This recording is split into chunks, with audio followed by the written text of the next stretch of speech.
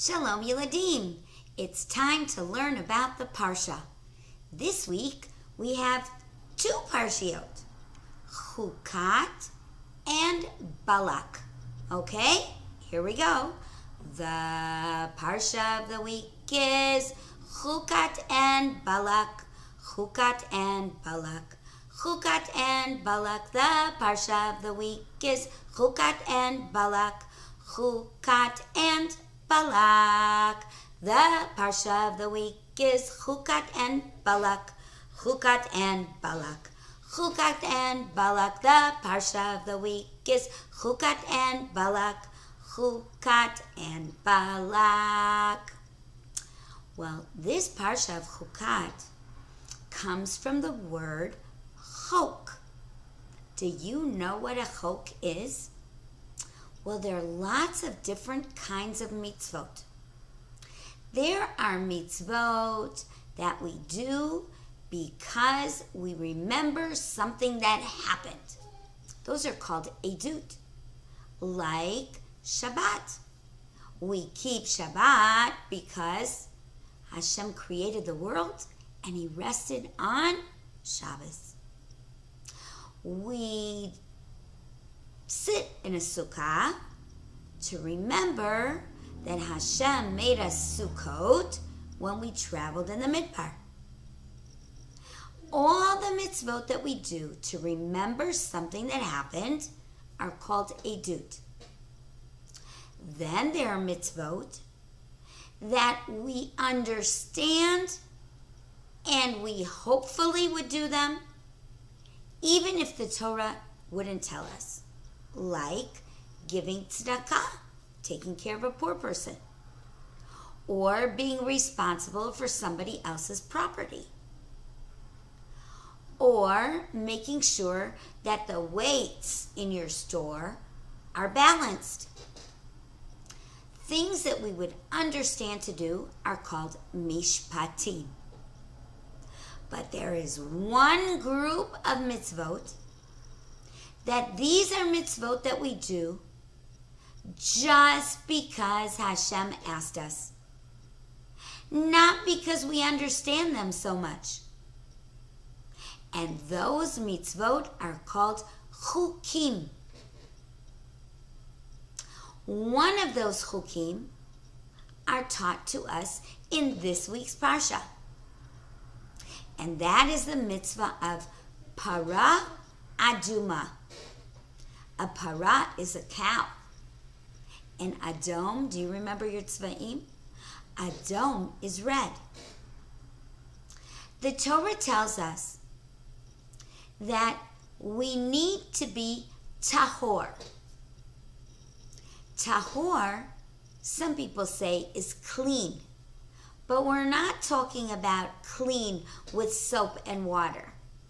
We're talking about ready to do mitzvot, to bring korbanot, to be very close to Hashem.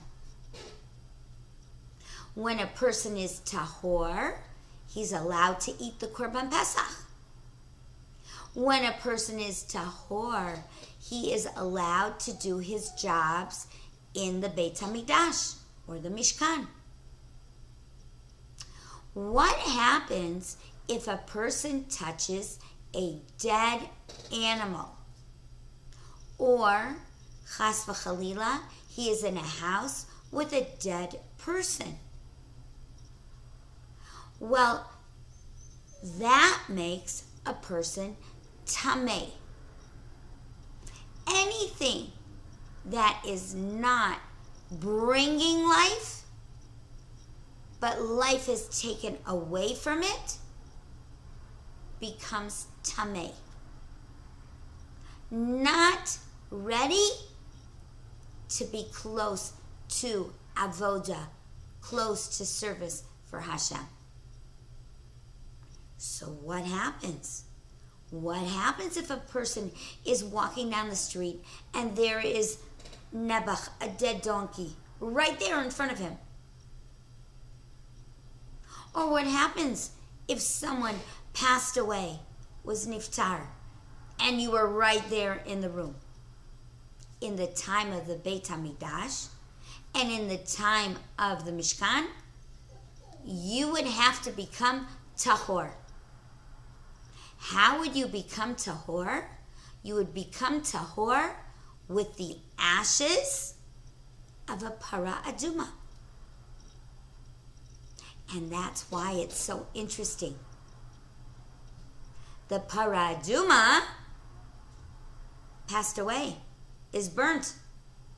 And yet, those ashes make a person tahor.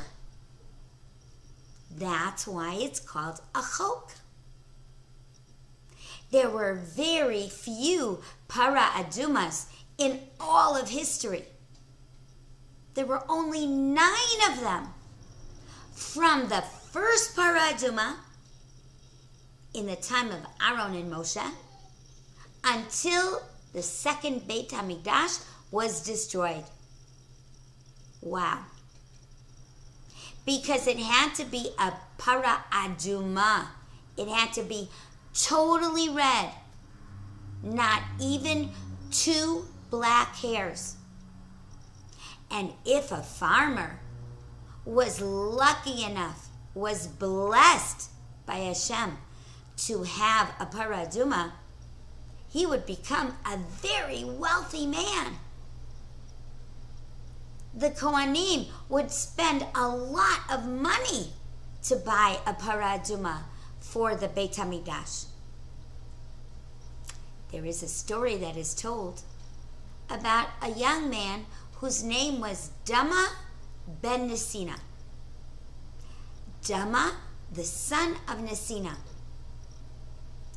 Now, Dama ben Nesina was very, very careful in the mitzvah of kibud ava'im. A long time ago, one of the jewels from the choshen of the Kohen Gadol got lost. And it became known that Dama ben Nesina's father had that jewel. Well, if you have something very expensive, you're going to keep it in a very special spot, right? So Dama ben Nesina's dad put it in a box, locked it up with a key, and he kept the key under his pillow. When the people of Yerushalayim, the rabbis of Yerushalayim, heard that Dama ben Nesina's dad had that jewel, they traveled all the way to Dama ben Nesina's house. When they got to the house, they knocked at the door. Dama ben Nesina welcomed the Rabbanim with lots of kavod. And he said, "What can I do for you?" The Rabbanim said, "We've come for that special jewel. We have a great amount of money to give to your Abba. You just give us the jewel, and we will give you all this money." Well, it happened to be that Dama ben Nesina's daddy was fast asleep, and under his pillow was the key for the box. Dama ben Nesina would not wake up his Abba. That wasn't kibud ava'im. And so he went back to the Rabbanim and said, "I'm really sorry. You're going to have to come again." The rabbis thought that Dama ben Nesina wanted more money. And he said, "Look, we'll give you double the amount that you want or that we expected to pay. Just give us the jewel." Dama ben Nesina said, "I'm sorry, my Abba is asleep." The rabbis left the house, and Dama ben Nesina's Abba woke up. And when he woke up, Dama ben Nesina told the whole story to his Abba. His Abba said, "Go to the city. Maybe they're still here. Let's see." Well, the rabbis were still in the city, the Rabbanim. And they came to Dama ben Nesina's Abba and was so grateful for this precious stone. They were willing to pay double the amount.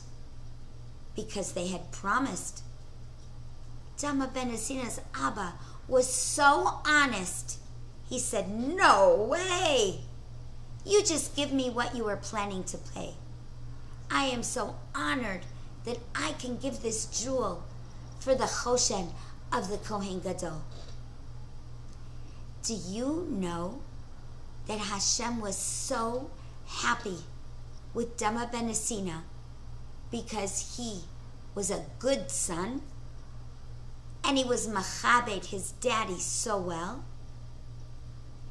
And he was so happy with Nesina, the Abba of Dama ben Asina, because he was so honest, that the very next cow that was born, the very next calf that was born to them in their farm, I bet you can guess, was a para aduma.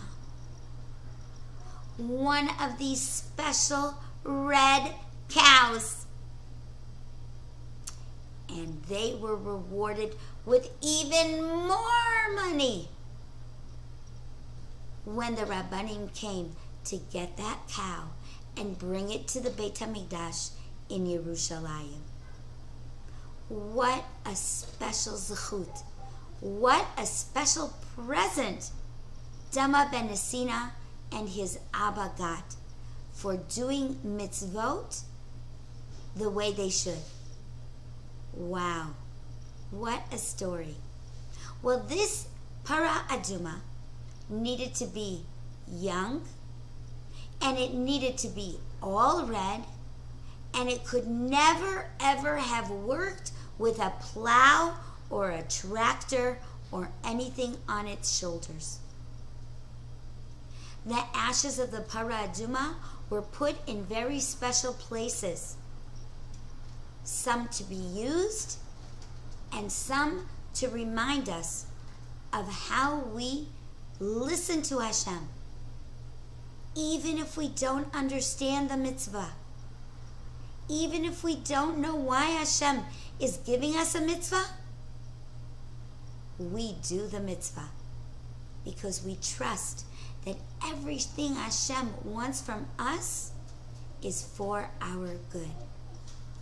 Let's continue next time with Parshat Chukat.